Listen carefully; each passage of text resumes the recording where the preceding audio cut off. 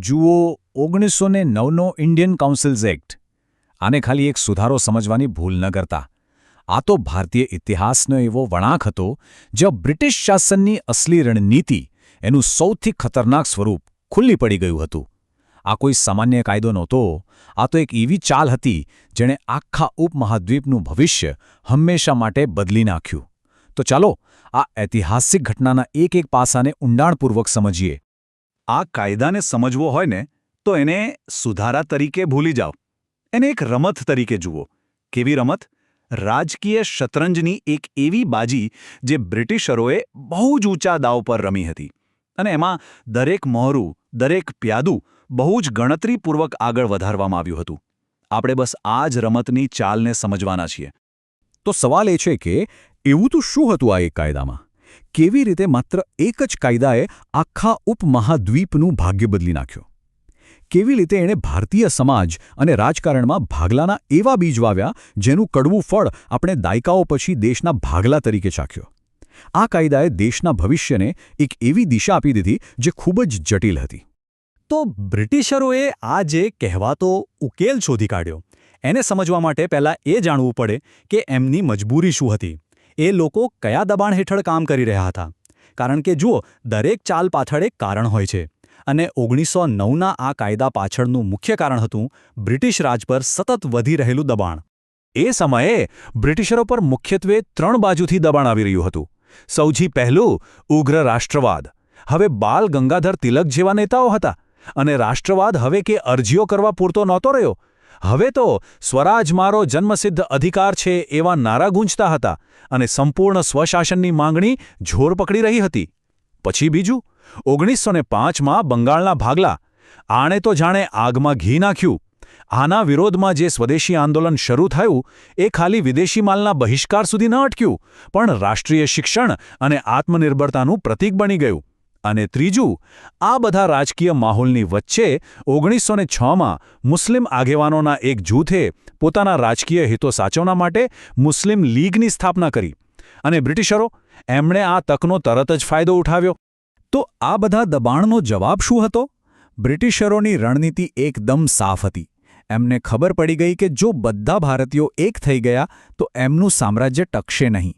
આ એક જૂથ રાષ્ટ્રવાદ એમના માટે સૌથી મોટો ખતરો હતો. તો આ ખતરાને પહોંચી વળવા શું કરવું? એમણે પોતાની જૂની ભાગલા પાડો અને રાજ કરોની નીતિને એક નવો સ્માર્ટ અવતાર આપ્યો. એમનું લોજિક એકદમ સિમ્પલ હતું. જો ભારતીયોને ધર્મના નામે, સમુદાયના નામે વહેંચી દેવામાં આવે તો એમના પર રાજ કરવું સહેલું થઈ જશે. તો ચાલો હવે સીધા કાયદાની મુખ્ય જોગવાઈઓ પર આવીએ.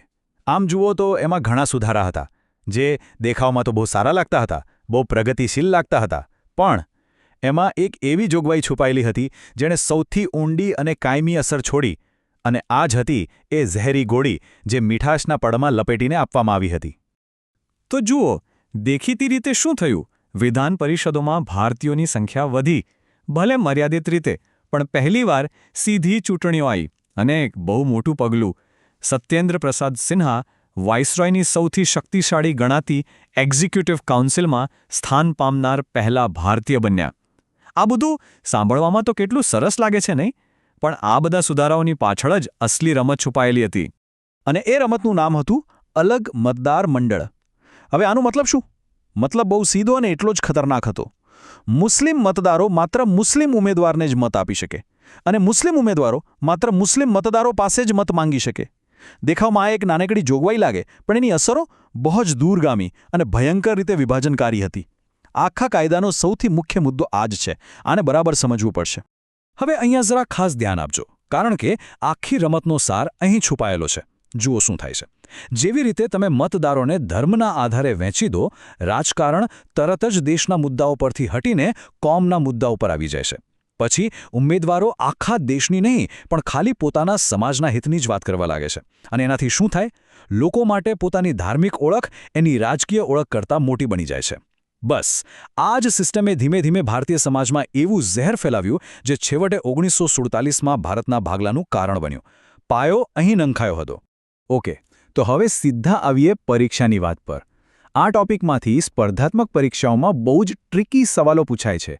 પણ ચિંતા ન કરો, આપણે એ સામાન્ય ભૂલોને પકડીશું અને એને કેવી રીતે ટાળવી એની સ્ટ્રેટેજી પણ શીખીશું, જેથી પરીક્ષામાં કોઈ પણ જાળમાં ફસાવું ન પડે. તો જુઓ, અહીં 3 સૌથી મોટી જાળ છે જેમાં મોટાભાગના લોકો ફસાય છે. પહેલી ભૂલ, એવું માનવું કે 1909માં બધાને મત આપવાનો અધિકાર મળ્યો. ના, બિલકુલ નહીં. મત આપવાનો હક તો સંપત્તિ અને શિક્ષણના આધારે માંડ 1% લોકોને જ હતો. એટલે જો પરીક્ષામાં આવે કે આ કાયદાએ લોકશાહીનો પાયો નાખ્યો, તો એ જવાબ ખોટો છે. બીજી ભૂલ, આ કાયદાથી ભારતીયો એક થયા.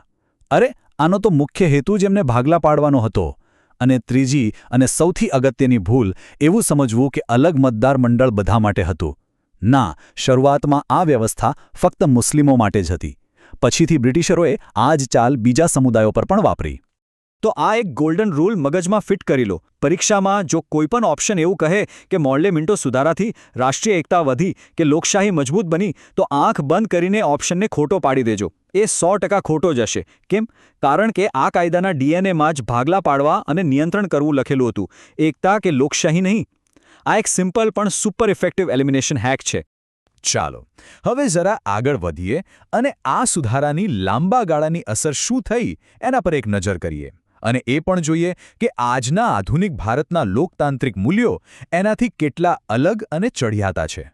કારણ કે જ્યાં સુધી આપણે ભૂતકાળને બરાબર નહીં સમજીએ, ત્યાં સુધી આપણને વર્તમાનની કિંમત નહીં સમજાય. અહીં તફાવત એકદમ સાફ દેખાય છે. એક બાજુ હતો 1909નો કાયદો, જેનો પાયો જ ભાગલા પર હતો. અને બીજી બાજુ છે આઝાદ ભારતનો બંધારણ.